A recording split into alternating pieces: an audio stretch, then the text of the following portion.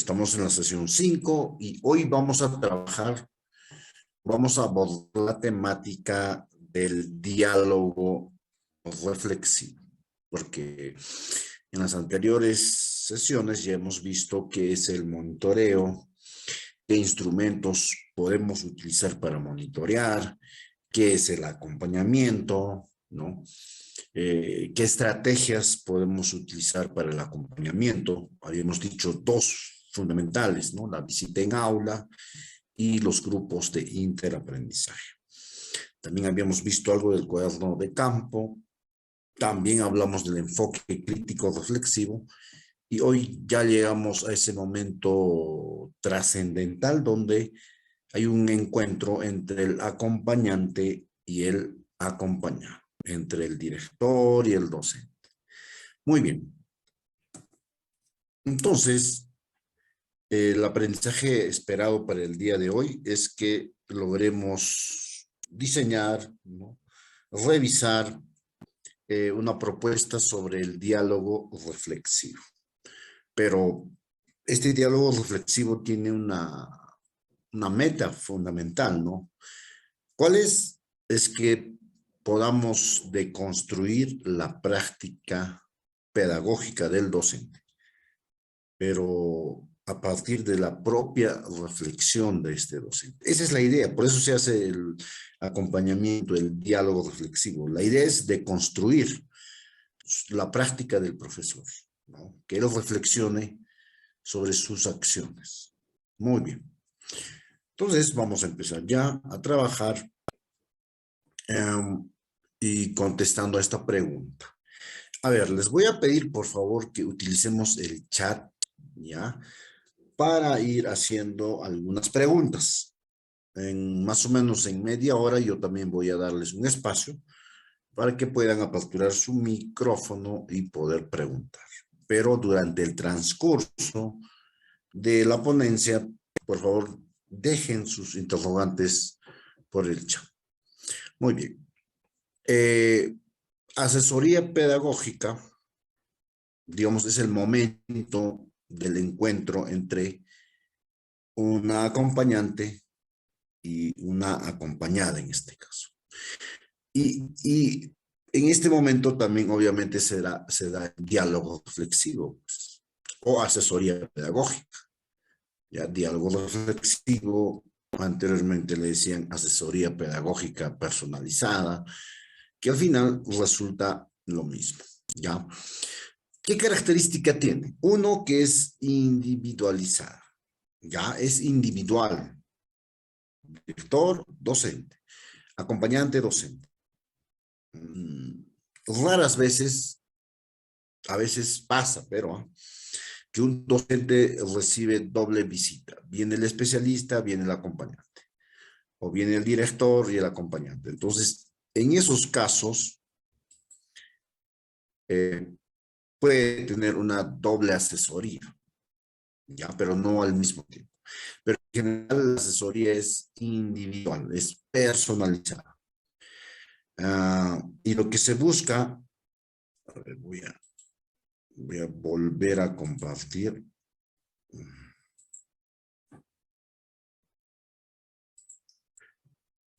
Lo que buscamos, estimados colegas, es que el docente deconstruya su práctica. Por ejemplo, acá, esta es la docente, ¿ya? Queremos que esta docente deconstruya su práctica pedagógica, que reflexione, ¿no? Por ejemplo, cómo enseña matemática, qué materiales usa, cómo motiva a los estudiantes, si ha presentado el propósito de la sesión, si ha realizado preguntas metacognitivas, entre otras cosas. Porque la idea es que el docente reflexione sobre su práctica. Si no logramos que esta docente reflexione sobre su práctica, se cae nuestra asesoría pedagógica, se cae nuestro monitoreo, se cae nuestro acompañamiento. En formato lo habremos cumplido, pero en la práctica, en la esencia, no. Entonces, ese es el reto. Obviamente los docentes no van a cambiar con una visita, con una asesoría, toda su práctica pedagógica de años, desde su formación inicial, ¿no? Pero por lo menos, si no es todo, una parte de reflexión.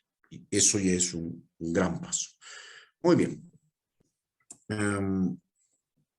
Esto lo hemos tomado de fuente del Ministerio de Educación. Durante el encuentro entre la acompañante y la acompañada o directora o docente o especialista y docente, en ese encuentro tiene que ocurrir algo muy importante. Ya tiene que ocurrir la reflexión. El profesor no reflexiona solo fácilmente, ¿ya? Y por eso es que se trabaja con acompañantes pedagógicos, ¿no? Es decir, un ser humano necesita otra persona con quien pueda dialogar y reflexionar. Entonces, esa es la idea, reflexionar. Pero hay un proceso, ¿no? Más o menos sugerido.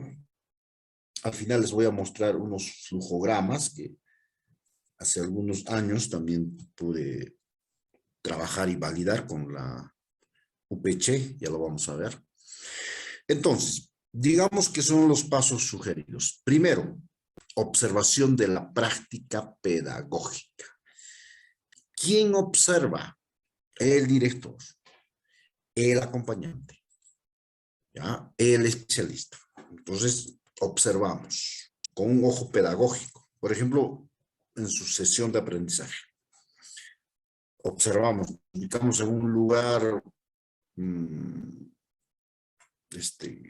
donde tratemos de hacerlos invisibles para los estudiantes. Y ahí hacemos la observación. Observamos la práctica pedagógica del profesor. Durante las 6 horas, durante las 4 horas, durante las 3 horas, durante las 2 horas, como esté programado. Muy bien. Una vez que ya he observado, obviamente utilizo mi cuadro de campo, o bien utilizo fichas de monitoreo, como habíamos visto en la sesión anterior. Es el primer momento. Luego pasamos a un segundo momento. Aquí ya tenemos la deconstrucción de la práctica del profesor, pero desde la mirada del director, del acompañante. Por decir, el profesor ha iniciado una sesión de ciencia y tecnología ya sobre la materia y energía.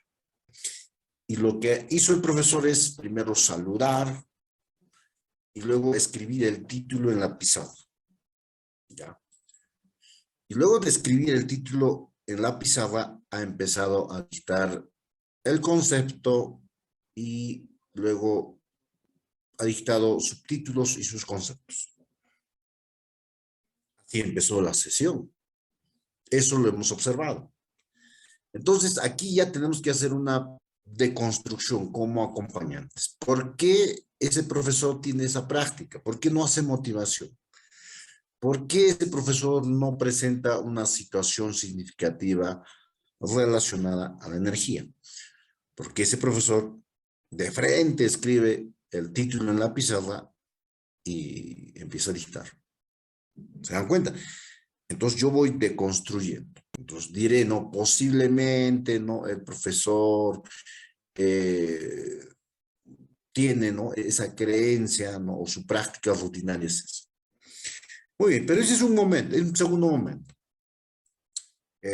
Y ya sabemos que el cuaderno de campo lo utilizamos para la observación y también para la construcción. Ya vamos a verlo. Muy bien. Y terminó, pues, ¿no? El profesor ya terminó de desarrollar su sesión, ya está libre, entonces ahora sí, el acompañante y el docente nos sentamos a dialogar, uno a uno. Entonces, para esto se les sugiere, ¿no?, buscar un lugar tranquilo. El aula debería ser, pero a veces los chicos no nos dejan. Quizás la hora de la salida, quizás nos prestemos la subdirección, la dirección, no sé, un espacio donde estemos los dos y ahí se produce el diálogo reflexivo. la asesoría personalizada, la de construcción de la práctica. ¿Ya? Se sugiere, por ejemplo, empezar con 2 preguntas. Si pueden, anótenlas. ¿Ya? ¿Cómo empezar el diálogo reflexivo? Se sugiere con 2 preguntas. La primera pregunta, ¿cómo se sintió usted durante la visita? ¿O cómo se sintió usted durante el día, durante la observación? Entonces es una pregunta de tipo emocional, ¿no? Humano.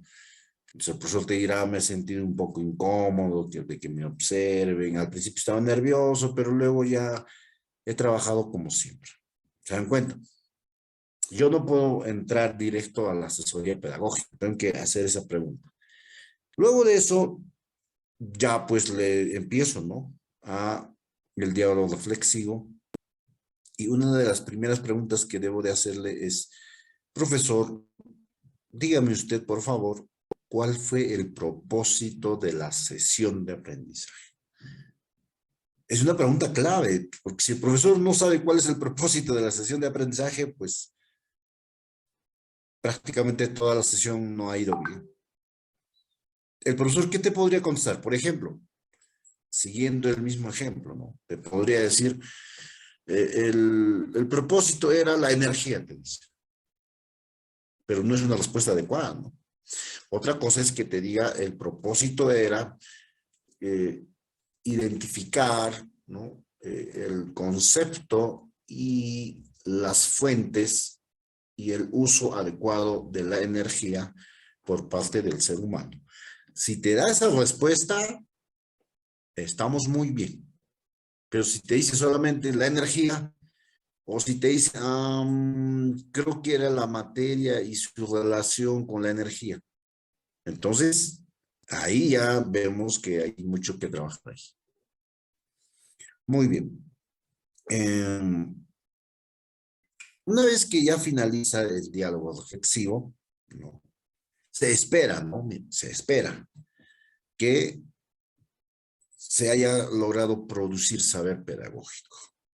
Es decir, por ejemplo, en el diálogo, el profesor puede identificar, ¿no? Que es necesario motivar, que es necesario presentar situaciones significativas y no escribir de frente el título y dictar. Y ese ya es un saber pedagógico. ¿Se dan cuenta? Entonces, luego de eso, ya pues el profesor incluso puede comprometerse, ¿no? Y termina la visita. Pero a raíz de esto, se espera que el profesor transforme su práctica. Es decir, en su próxima sesión de aprendizaje, el profesor ya no escriba el título de frente en la pizarra y empieza a dictar, sino que, por ejemplo, haga preguntas, ¿no? Chicos, ¿qué saben ustedes sobre la materia? O chicos, vamos a observar distintos materiales. ¿Se dan cuenta? ¿Ha cambiado su práctica? ¿Transformó su práctica? Sí. No será en todo, pero por lo menos en ese inicio de la sesión ya transformó su práctica. Esa es la idea, estimados colegas, del diálogo reflexivo. La idea no es decirle tienes estos errores, ¿no? Hay que ponerle una lista. No, esa no es la idea. O alabarlo, ¿no? Decirle que todo ha estado bien. Decirle, usted tiene gran experiencia, yo qué le voy a decir, todo ha estado ok. No, no debe haber miedo, ¿ya? Debe haber confianza y respeto. Pero confianza, ahí no debe tener miedo ni el director, ni el docente, ni el acompañante, ni el acompañado.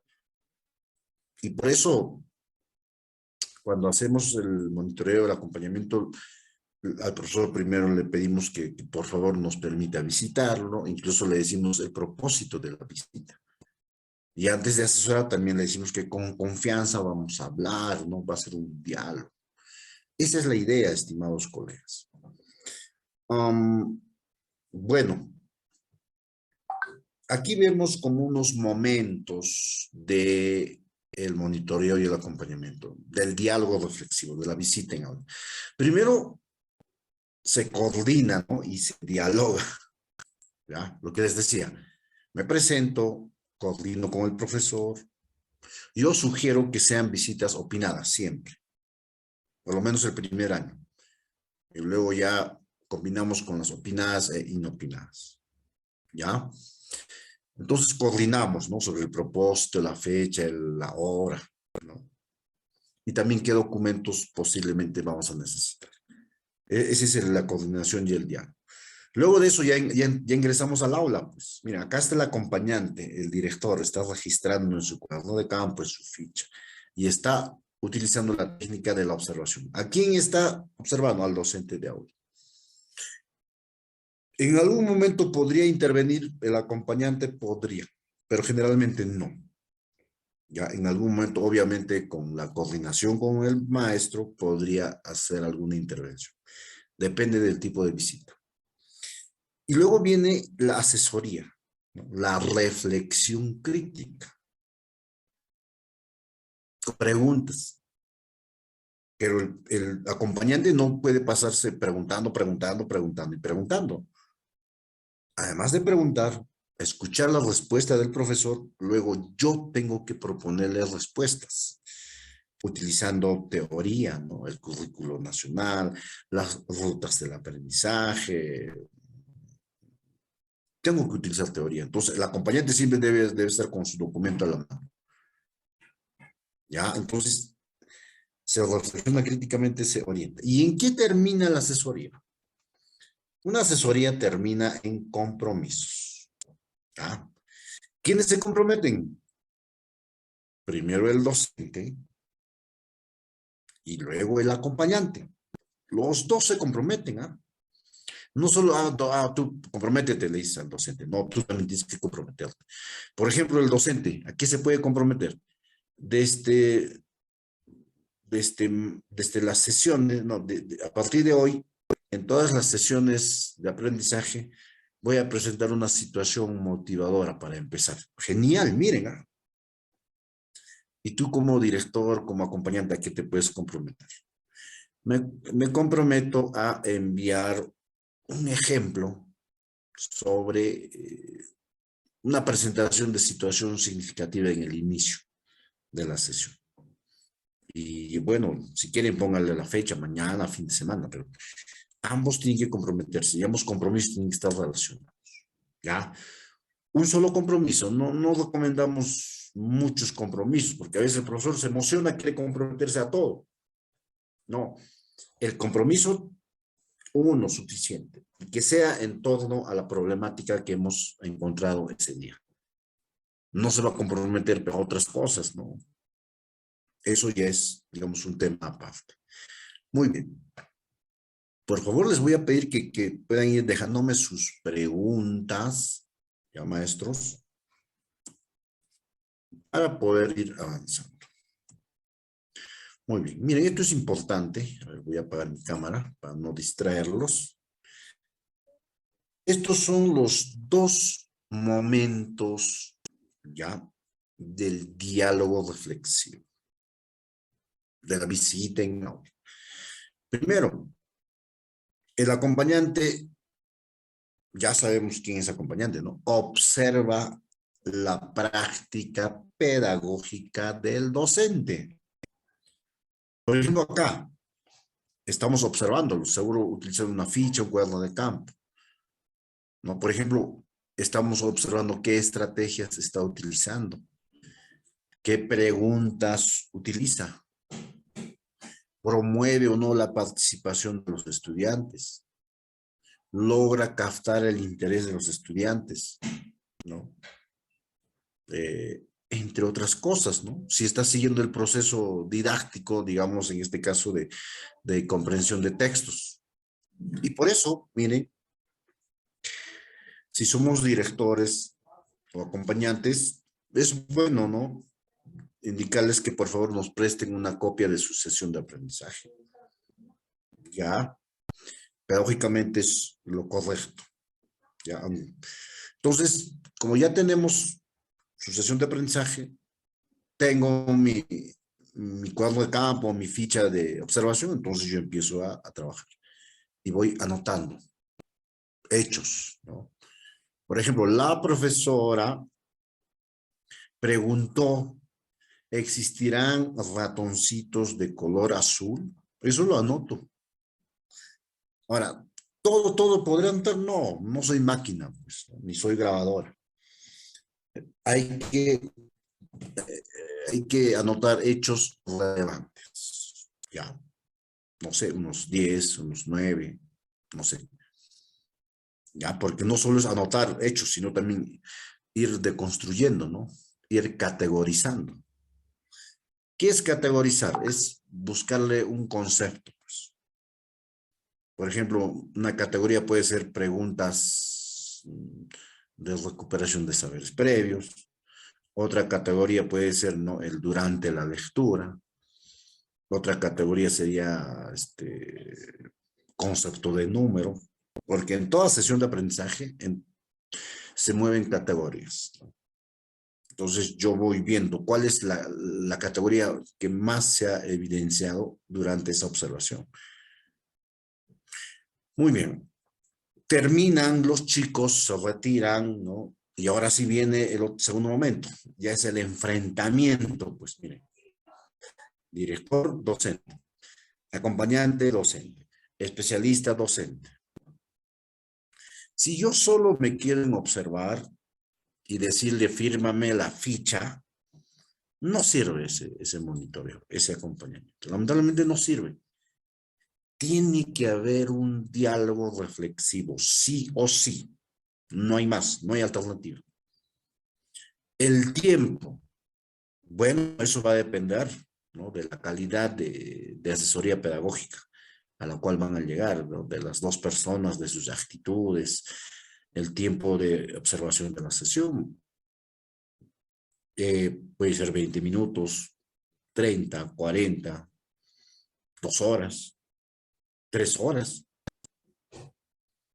Por ejemplo, cuando yo era acompañante pedagógico, asesoraba más o menos 20 minutos, ¿no?, 30.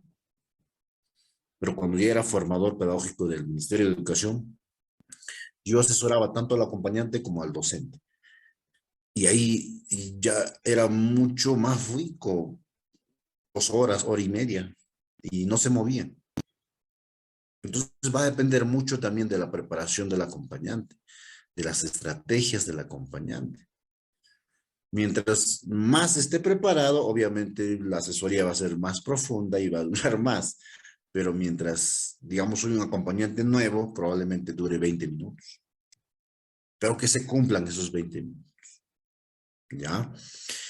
Entonces, tenemos que generar confianza, ¿no? Hablarles con voz pausada, en todo momento mostrarles respeto, que valoramos su trabajo, pero también hacerles las preguntas necesarias, ¿no? No podemos tener miedo, ni tampoco creernos más. Es un diálogo horizontal, ¿ya? Entonces, esa es la idea. Ya como acá, pues, ¿no? Acá se ve un clima de confianza, ¿no? Y bueno, y ahí el acompañante saca su cuaderno de campo, ¿no? Y a la profesora también le dice, por favor, tu cuaderno de apuntes puedes traer para anotar algunas ideas, y ahí van anotando, ¿no? Si utilizan ficha, ahí se hace firmar la ficha, ¿no? Incluso ahí podemos decir, por favor, préstame tus mascaritas. Entonces la profesora trae sus mascaritas y lo pone ahí. Mucho mejor si utilizamos el material con el cual ha trabajado. Por eso se recomienda que la asesoría debe ser en el aula. Eso es lo recomendable. Muy bien. A ver, vamos a seguir. Eh, Ahora vamos a ver una propuesta de diálogo reflexivo. Yo hice una investigación justo para, ¿no?, para titularme justamente como formador de acompañantes pedagógicos por la Cayetano Heredia. Acá les dejo el enlace, hacen clic y ahí van a poder acceder a mi proyecto, ¿ya? Completo. Y ahí van a poder ampliar más cosas. Yo quiero aquí socializarles, proponerles esta propuesta de triangulación, ¿ya? ¿Qué vamos a triangular? Hechos, preguntas y asesoría, ¿ya? Vuelvo a repetir. Vamos a triangular 3 cosas. hechos pedagógicos, preguntas de reflexión y la asesoría. Los tres aspectos. Y para eso he preparado unos ejemplos. Ya. Que vamos a ver ahora. Muy bien. Mira, registro de hechos. ¿Qué dice? La profesora, este ya es mi cuaderno de campo, ¿eh? Este es mi cuaderno de campo. En mi cuaderno de campo, registro hechos, registro mis posibles preguntas de reflexión y mi posible asesoría. Durante la observación trabajo registro de hechos y preguntas de reflexión. Ya en la asesoría pedagógica utilizo esto. Muy bien. Entonces, ¿qué cosa he observado que hace la profesora? Dice, ¿no? La profesora presenta una lámina donde se observan 4 alpacas con los siguientes precios. Alpaca A, 1.500 soles. Alpaca B, 4.635 soles. Alpaca C, 7.100 soles. Y la alpaca D, 10.149 soles. Entonces, más o menos esta es la lámina que ha presentado la profesora. Precio de alpacas en una feria. Miren, la más chiquitita, 1.500. La más o menos pequeña, 4.635. La normal, 7.100. Y la grandota, la alpaca gigante, 10.149. Lo he preparado bonito. ¿Qué les parece? Ahora vamos a la reflexión. Porque a través de esta lámina, yo puedo observar la práctica pedagógica que tiene la docente, las creencias, los supuestos que tiene ella. Por ejemplo, ella ¿qué piensa, no? Que los precios, ¿no? Digamos, desde 1.500 hasta 10.149, para ayudarme con los precios, lo voy a relacionar con el tamaño de la alpaca. Esa es su creencia, ¿no? Pero digamos, ¿qué pasa?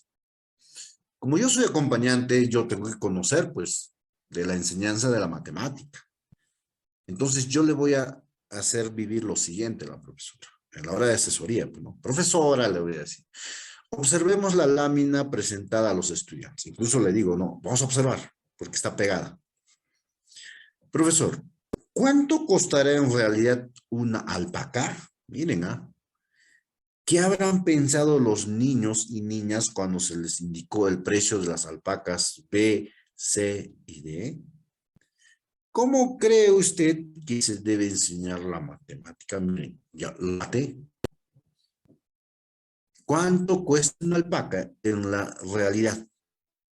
Niños de una zona del Ande, ¿no? Y esos niños son alpaqueros, son llameros. Una alpaca cuesta pues entre 500.000 máximo, no sé, 1.500, ¿no? 1.000 a 1.500. ¿Existiera una alpaca que cueste 10.000? No existe. De 7.000 no. 4.000 no creo. Ni las australianas creo. Miren, cómo con mis preguntas estoy deconstruyendo su práctica. Incluso se avergüenza la profesora. Y le hago una pregunta más fuerte todavía. ¿Cómo cree usted que se debe enseñar matemática? ¿Y saben qué me va a decir? Profesor, tenemos que mostrar los precios reales. Me va a decir, eso ya es casi fijo. Y por eso yo he observado este caso. Y por eso yo lo he citado. Y la profesora dijo eso, ¿no? Avergonzada dijo, hay que presentar los precios reales, animales reales. Entonces, ahí yo como acompañante le digo, muy bien, maestra. Y por eso vamos a leer esto, le digo, ¿no? O le voy a decir eso, ¿no? La matemática se construye a partir de situaciones problemáticas reales. Entonces, maestra, se debe presentar el precio real de los animales de la comida. Por ejemplo, en nuestra comunidad, ¿no? Donde no tenemos alpacas mejoradas, en promedio cuestan 500 soles, ¿no? Y las mejoradas, pues 1.500, 2.000, ya no ya más. Y le digo, y esto lo he sacado de medio de educación, de las rutas del aprendizaje. ¿Se dan cuenta? De eso se trata la asesoría pedagógica. Y a partir de esto, la profesora va a comprender que debe trabajar con precios reales y que también no tiene por qué hacer una alpaca pequeña y una gigante, porque eso no existe en la realidad. Y en matemática, ya no va a volver a cometer ese error. ¿Quieres?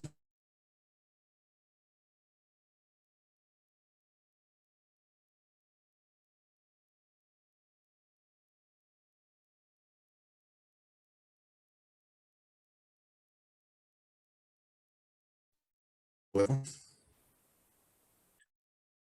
volver a compartir, no sé.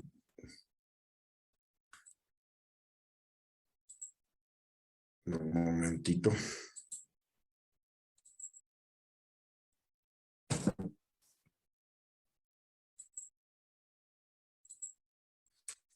Voy a volver a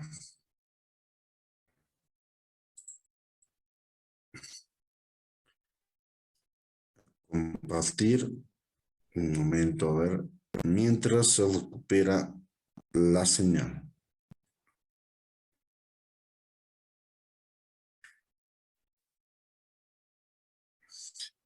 Entonces, miren qué importante es esto de la asesoría personalizada, esto del diálogo reflexivo, esto de la triangulación, ¿no? Ya, a ver, y ahora sí voy a volver a compartir.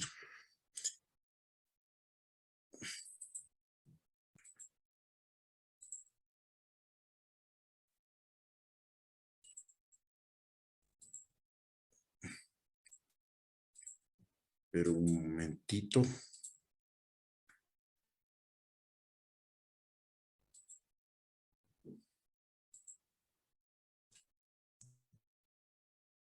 Muy bien, nos habíamos quedado ahí, ¿no? En la evidencia, el precio de las alpacas, habíamos dicho que una profesora mostraba esta lámina donde, según el tamaño, los precios de las alpacas. Y a partir de ese hecho, ¿no? El acompañante, el director, le ha formulado unas preguntas de reflexión con las cuales ha logrado que la profesora se dé cuenta, ¿no? De que la matemática se enseña utilizando precios reales. Muy bien. Y luego el acompañante le ha dado una asesoría utilizando fuente del ministerio. Vamos con, eh, vamos con la otra evidencia, ¿ya? Pero vamos a leerlo primero. Caso 2 dice, los niños y niñas del primer grado solo se limitan a dibujar las ovejas y las unidades del base 10, pero no participan en el problema planteado por el profesor. ¿Ya? Entonces, ¿qué hacen? Simplemente dibujan, ¿ya? Dos fichas, incluso dibujan tres ovejas. Acá, ¿cuántas fichas hay? Uno, dos, tres, cuatro, cinco. Una, dos, tres, cuatro, cinco. Es decir, solo repiten lo que dice el profesor, pero no participan para nada. Entonces, ese es un hecho, ¿no? Que como director, como acompañante, como especialista, como monitor, me debe preocupar. Entonces, lo hemos registrado. Y a partir de eso, yo también voy a preparar mis preguntas de reflexión, ¿no? Entonces, le voy a decir a la profesora, al profesor, ¿no? Profesor, observemos los dibujos de los niños del primer grado y el problema planteado en la pizarra. Listo. Y luego ya le pregunto, ¿no? ¿Por qué los niños y niñas del primer grado no participaron en la resolución del problema? Otra. Estos niños y niñas tendrán afirmado en su estructura mental la noción y concepto de número, o solo lo están repitiendo, ¿no? Pero en realidad no comprenden, ¿no? ¿Qué es 5, qué es 4?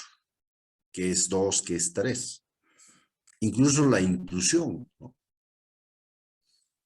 Por ejemplo, si tú le dices, a ver,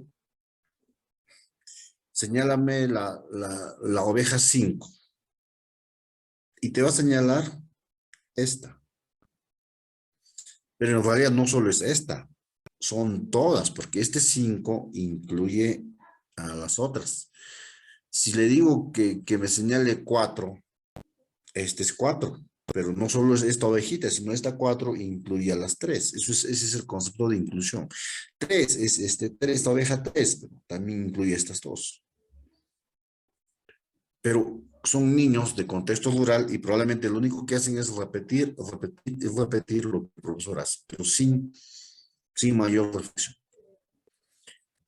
Entonces, con estas preguntas vamos a deconstruir su práctica del profesor, ¿no? ¿Y qué le voy a decir en la asesoría? Le voy a decir lo siguiente, ¿no? La comprensión de número y sistema de numeración decimal se construye a partir de las nociones matemáticas, como la clasificación, la seriación, secuencia verbal, conteo, conservación de cantidad, inclusión de clases, reversibilidad de pensamiento. Ya. Entonces, profesor, se debe trabajar las nociones matemáticas con los estudiantes del primer grado. Luego vendrá el número y el sistema de numeración decimal. En otras palabras, le estoy diciendo que los chicos no es que estén aprendiendo el 5 o el 4, solo están repitiendo.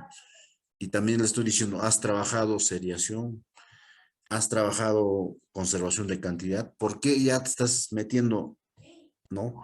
A construir, digamos, o a llegar a la decena, si no has trabajado todavía clasificación, conservación de cantidad, cosas que se debe trabajar en inicial y en primer grado. Y miren, y qué rica, esa es la asesoría pedagógica. Entonces, miren, tanto en el caso 1 como en el caso 2, hemos visto la importancia que el acompañante, que el director tenga dominio didáctico, ¿ya? Pero no solo didáctico, también dominio pedagógico y dominio curricular. Es decir, el acompañante, el director debe estar un paso por delante del docente, ¿ya? Tenemos que conocer el proceso de asesoría. Tenemos que conocer los procesos didácticos. Tenemos que conocer el currículo nacional. Muy bien.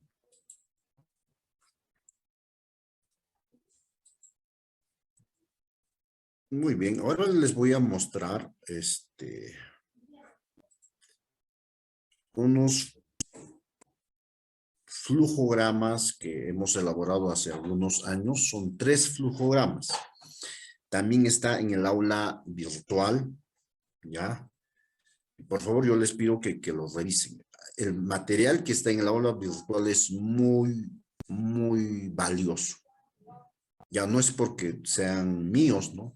Sino que son recopilaciones desde la práctica de cómo podemos asesorar, monitorear. Entonces, va a estar abierto todavía el aula virtual, pese a que han terminado el curso. Y así que descárguenlo, organícenlo bonito, repásenlo, ahí están todas las sesiones.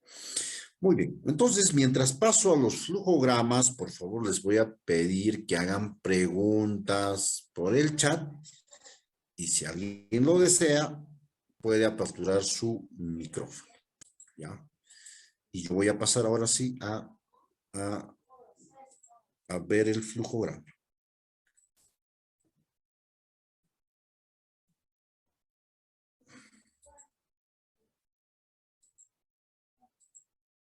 Muy bien.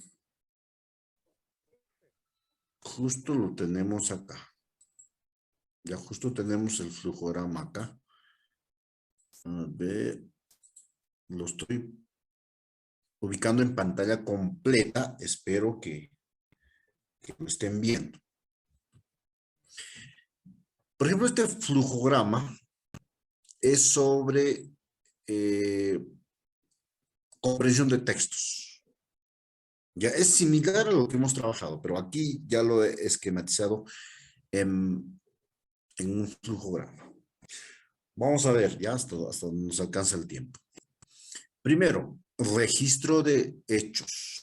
2, categorización. 3, preguntas de reflexión. 4, identificación de causas. 5, reflexiones, soluciones. Y 6, asesoría u orientación. Y finalmente 7, compromisos. Digamos que es el flujograma que podemos seguir para un proceso de asesoría personalizada. Pero vamos a leerlo. Ya vamos a leer este ejemplo. Registro de hechos, es decir, durante la observación, pues, ¿qué cosa he anotado en mi cuadro de campo? Un niño, dicen, miren, un niño vestido de duende ingresa al aula y todos los niños lo miran señalándolo con el dedo. La maestra pregunta, ¿lo conocen?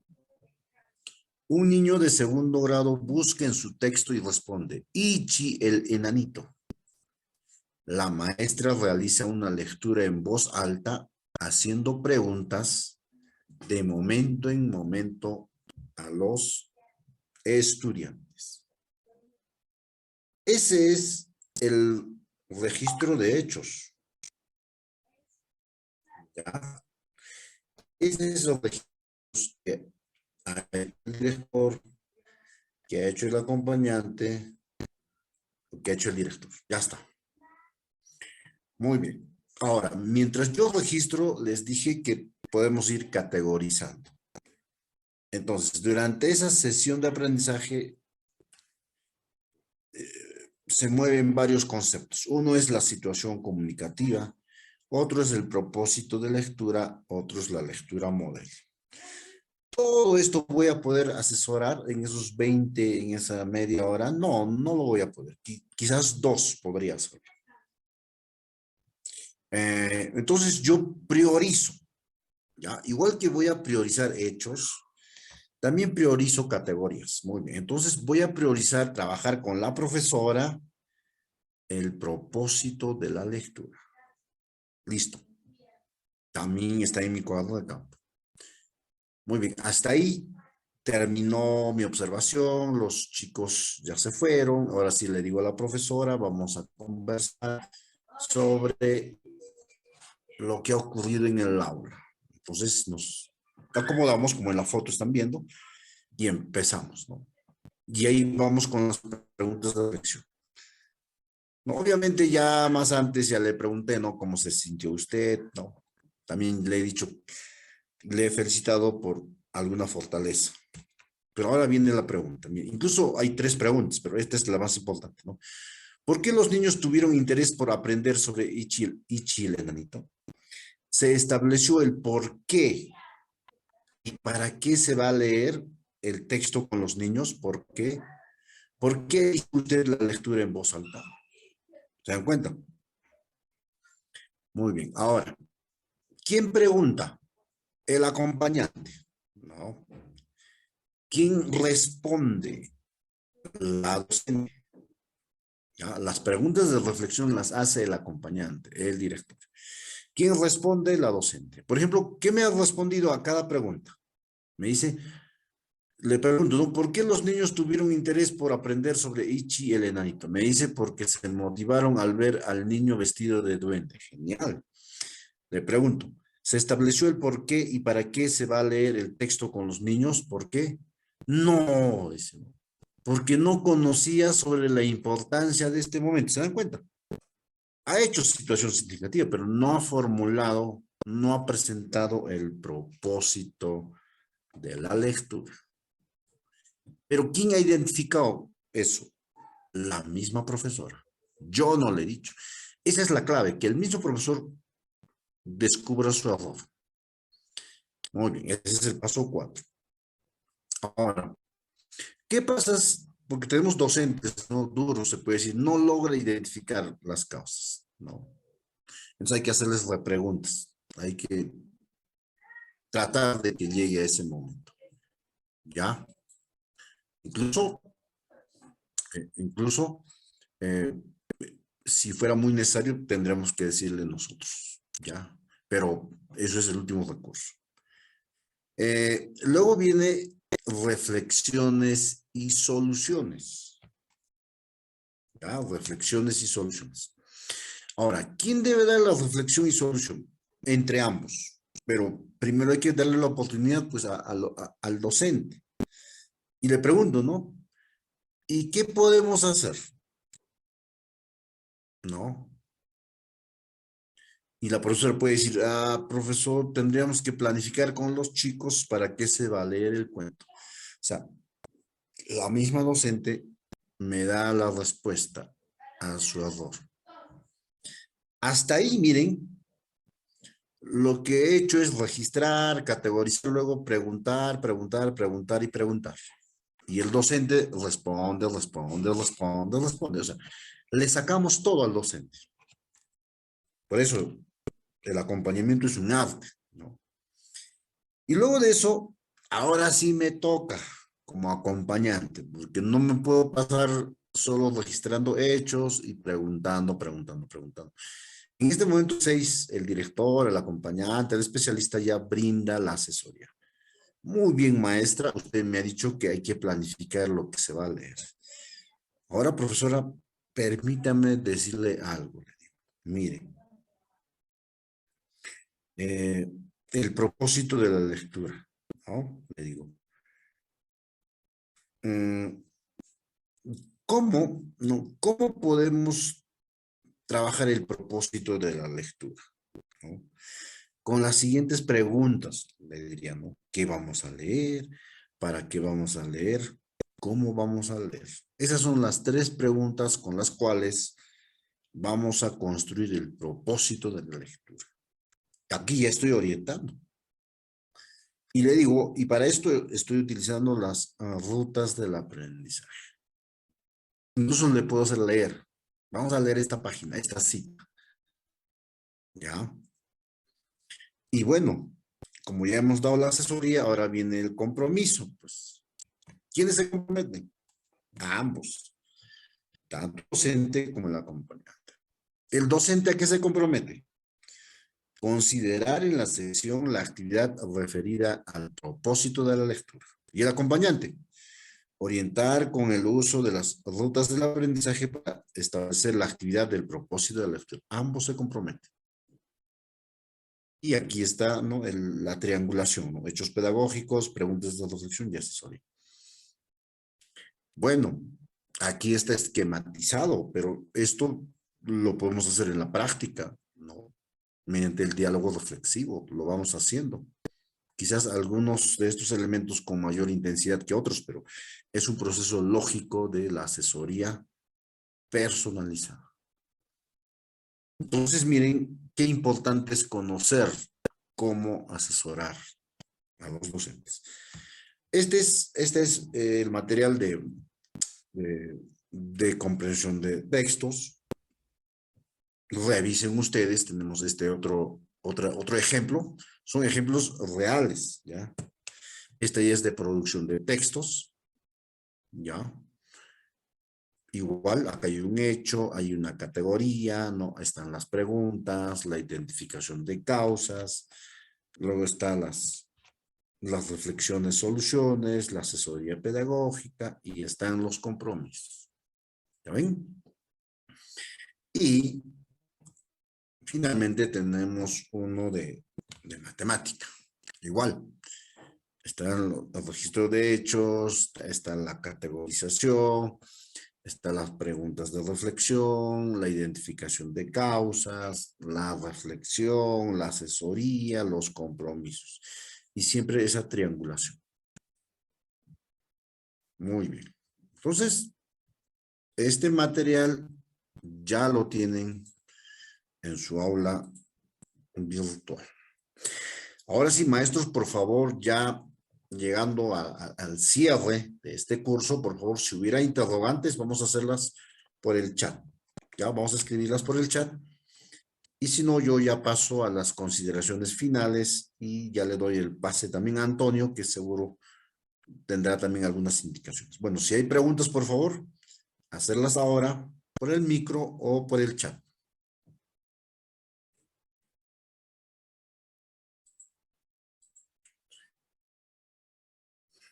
Muy bien. Entonces, a ver, Isabel, Víctor, Andrea, Génelis y los que estén en sala, eh, unas consideraciones finales, ¿ya?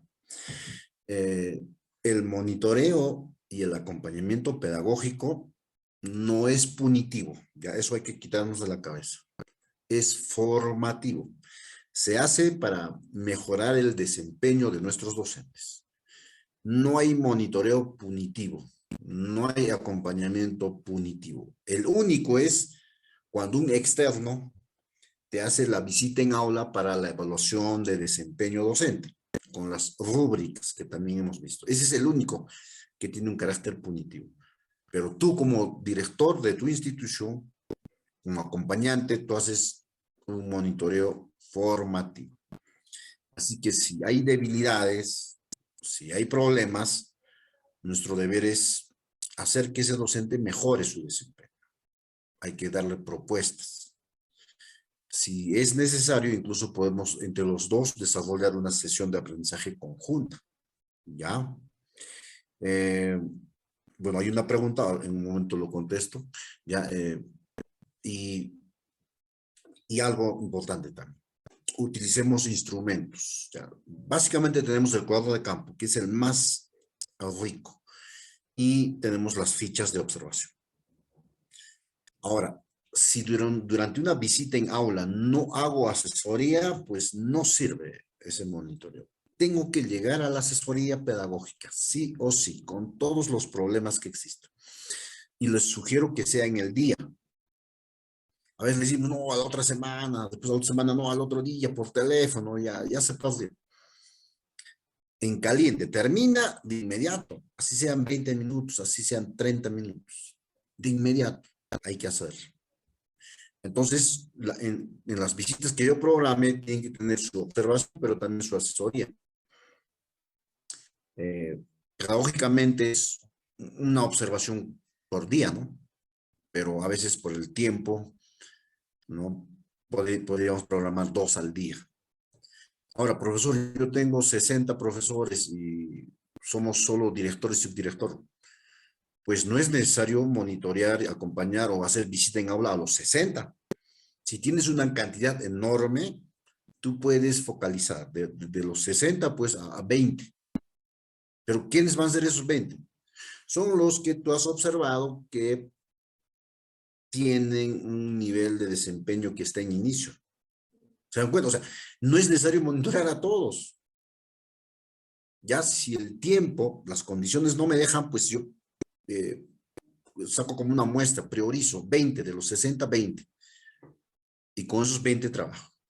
Y con los 60 trabajo los GIAs. Ya, eso es importante.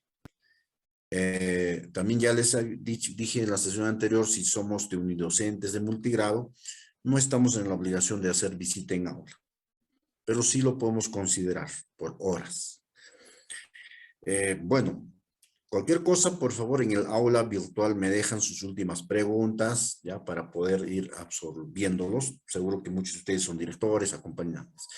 Víctor pregunta, ¿no? ¿Qué opina usted de la socialización del monitoreo con todos los docentes? ¿Se debe de hacer? Miren, antes de empezar el monitoreo y el acompañamiento, elaboramos un plan de monitoreo y acompañamiento. Y en ese plan están los instrumentos, ¿no? Incluso un posible cronograma. Entonces se socializa, ¿no? No será en su integridad, pero socializamos el objetivo, ¿no? Las metas, ¿no? ¿Qué queremos lograr? Y luego socializamos los instrumentos. ¿Ya? Entonces, los instrumentos, profesor Víctor, se socializan con los docentes, ¿ya? Igual el plan, los objetivos del plan. Entonces, esa es la idea, se comunica, pues, con un oficio, un memorándum, lo publicamos en el grupo WhatsApp. Yo les sugiero que hagan opinados. El primer año, por lo menos, que trabajen fuerte el monitoreo y el acompañamiento, háganlo opinado. Ya en el segundo año combinan opinado y inopinado, ¿ya? Y bueno, si tienen muchos docentes, focalicen, pues. Incluso algunos docentes pueden recibir más monitoreos que otros. Por ejemplo, yo tengo como tres tortuditas, digo, y a ellos yo les monitoreo más que a los demás. No es porque les tenga bronca, sino porque necesitan. Y cuando ingreso al Google Meet, mayormente me fijo en ellos, ¿ya? Y eso hay que hacerlo. Por eso se hace como un diagnóstico, ¿no? Desde el año pasado, ¿no? Vean su formación académica, su experiencia, su escala, sus innovaciones, sus prácticas, etcétera, sus antecedentes, etcétera, etcétera. Bueno, muchas gracias a cada uno de ustedes, estimados colegas. Hemos llegado a la sesión 5. Todo el material está en el aula virtual, por favor, si no lo han podido observar, dense un tiempo, observenlo todo, revisen todo el material, que les va a servir mucho para este año y también para los próximos años. Gracias, entonces. Un abrazo a todos ustedes. Espero verlos pronto.